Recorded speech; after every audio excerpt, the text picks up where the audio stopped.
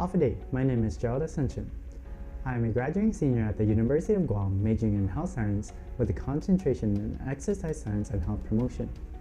The knowledge I received throughout the various health science courses at the college made me want to learn more about exercise prescription.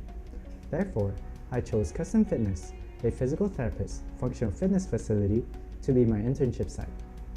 As an intern at Custom Fitness, my duties involved observing clients during evaluations, observing coaches in the CrossFit classes, cueing clients with their exercises, and keeping the equipment well maintained. Furthermore, under Dr. Ryan Claros' supervision, I was given the opportunity to learn more about prescribing specific exercises to clients, as well as implementing those exercises along with them. For my Capstone project, I had been working with a client.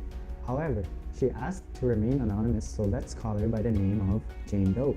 Jane is of course female, 22 years old, 5 feet 3 inches in height, weighing at 139 pounds, and because of her occupation that requires her to be in front of a computer all day, she lives a very inactive, sedentary lifestyle.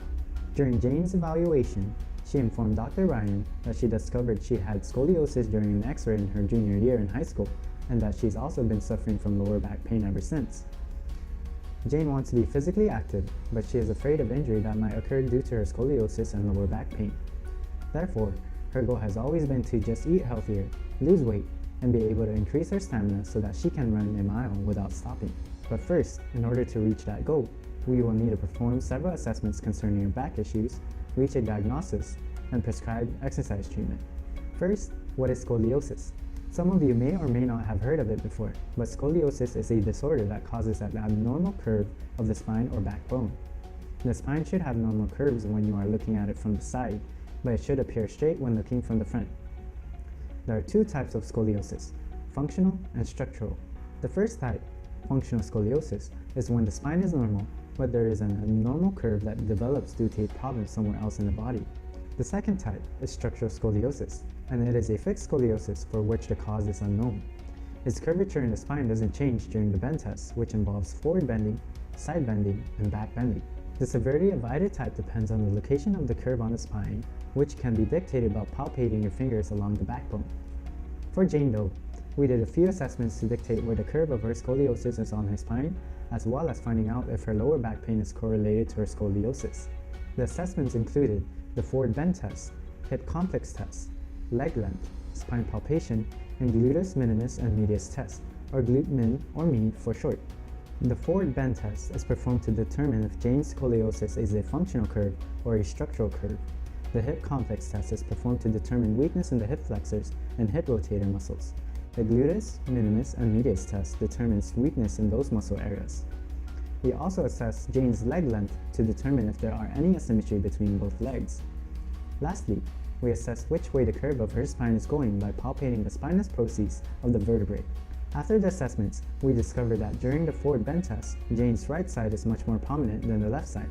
With the hip complex test, we discovered that there is weakness in Jane's hip flexors and hip rotator muscles. With the glute min and med test, there is apparent weakness in both muscles on the left side, as well as weakness on the right glute med muscle.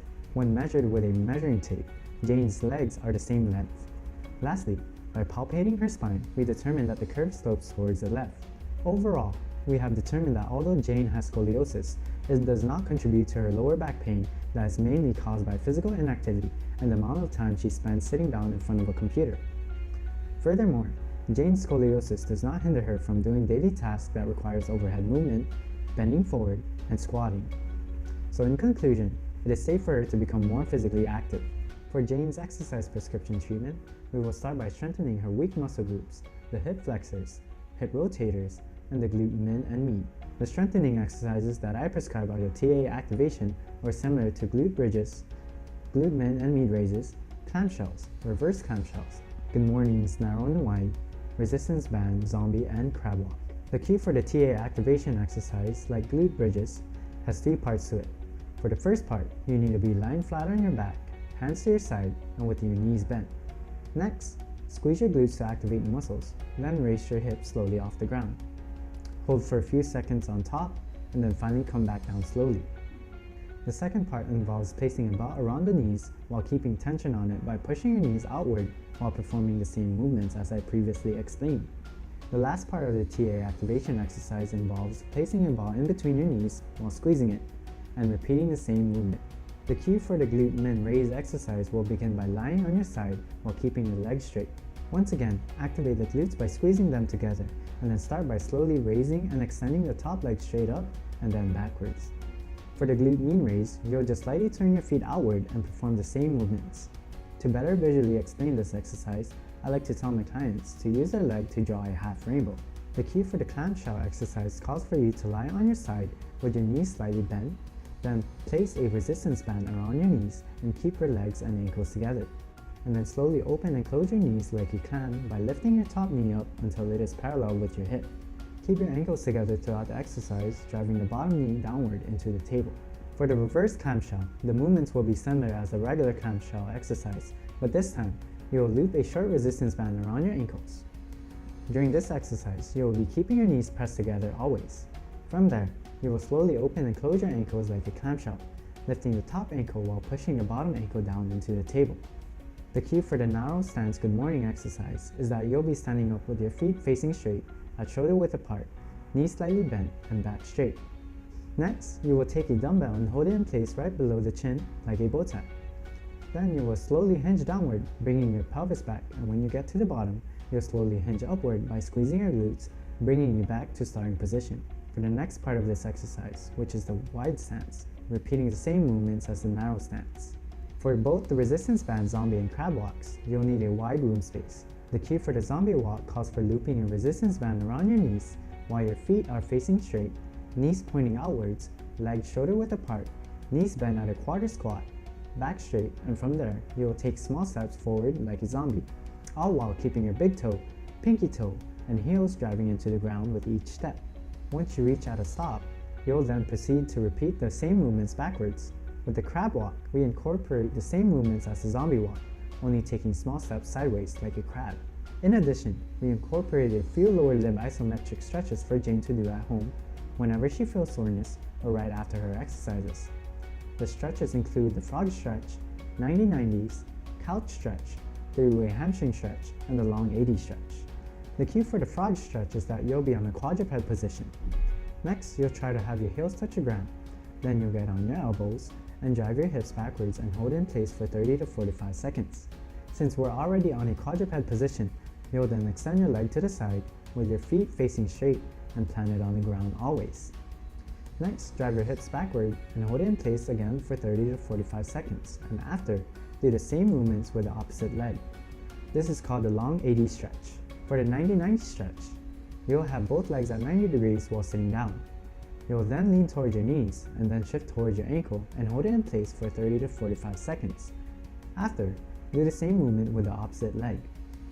The cue for the couch stretch is that you'll go down on one knee with a wall or couch supporting your feet up. You'll then get your back as vertical as you can while squeezing your glutes and holding that position in place for 30 to 45 seconds. Of course, you'll be doing the same movements with the opposite leg. Lastly, for the three-way hamstring stretch, you'll be laying flat on your back while placing a resistance band across your back and looped around your feet. You'll then raise and hold that leg up, keeping it straight always. To add, the opposite leg should also be straight. Next, you'll shift the same leg inward across your body and hold it in place. Finally, you'll take that same leg and shift it outward while also holding it in place. Each part of this stretch should be held at 30 to 45 seconds. Oh, and don't forget, make sure to do the opposite leg as well. These exercises and stretches will serve as a foundation towards Jane's exercise goals. I've learned a lot of lessons during my internship. First, I learned that not all chronic pain is caused by certain underlying diagnosis. Second, I've learned that the best way to observe a client while doing their exercises is not beside them, but away from a distance at an angle where you have a better and wider perspective of their posture.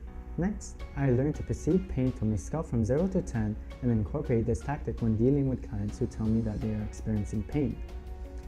A rate of 4 and below is tolerable pain or discomfort, while a rate of 5 and up means that something needs to be changed in the exercise regimen. I've also learned that compensation in the human kinetic chain causes pain in certain areas of the body. For example, if you have pain in your right knee, it could be due to tightness of the hip flexors and weakness in the glutes. Furthermore, the mechanisms of an ideal workout consist of push-pull, squat hinge, and carry movements. I not only learned more about what it's like being in the field of experience, but I've also learned more about myself and about my own weaknesses that I need to improve, involving social contact with clients and queuing. Did this internship meet my expectations? Definitely. Once more, I chose custom fitness to be the place of my internship because I wanted to learn more about exercise prescription and gain real-world experience to prepare myself for a career after college. I'd like to thank my friends, my families, Jane Doe, the custom fitness family, and especially Dr. Ryan Claros for taking me under his wing. #RepTheLion. Once again, my name is Gerald Asuncion, and I am a graduating health science major with a concentration in exercise science and health promotion. Thank you.